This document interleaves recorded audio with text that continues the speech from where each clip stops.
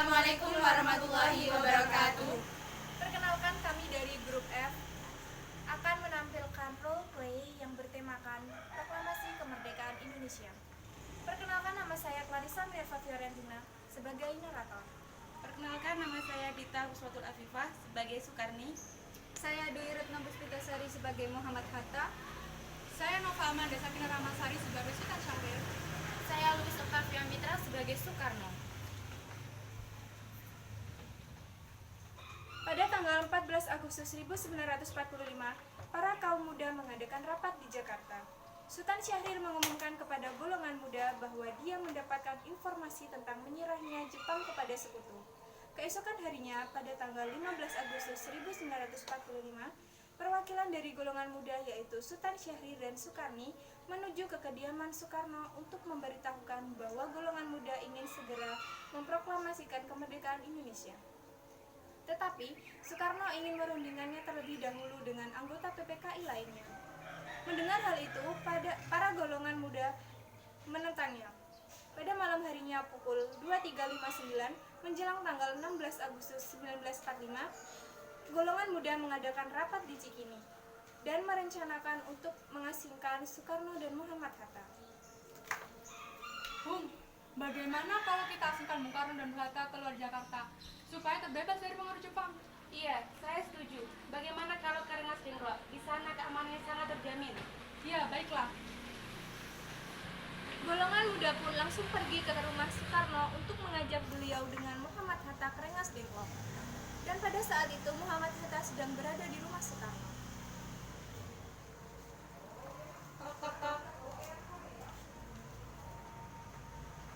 Ada apa ini? Kami diutus untuk membawa Anda dan Bung Hatta keluar kota sekarang. Memangnya mau kemana? Kami akan membawa Anda ke Karawang. Bagaimana kalau kami tidak mau? Maaf, ini bukan waktu yang tepat untuk kita berdebat karena ini ada hal yang sangat penting. Ayo Bung, ikut Ayo, kami.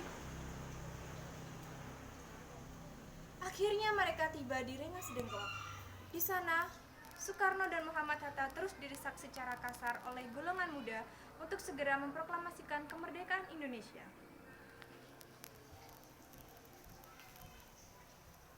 Ada apa ini sebenarnya? Sebelumnya, kami mohon maaf karena telah membawa Anda dan Bung Karno dengan cara yang kasar. Karena bagi kami ini adalah cara satu-satunya untuk Anda dapat mendapatkan kami. Tetapi, bukankah ini sudah keterlaluan? Bung Karno, ini adalah waktu yang tepat untuk memproklamasikan Indonesia. Maaf, tapi saya tetap tidak bisa.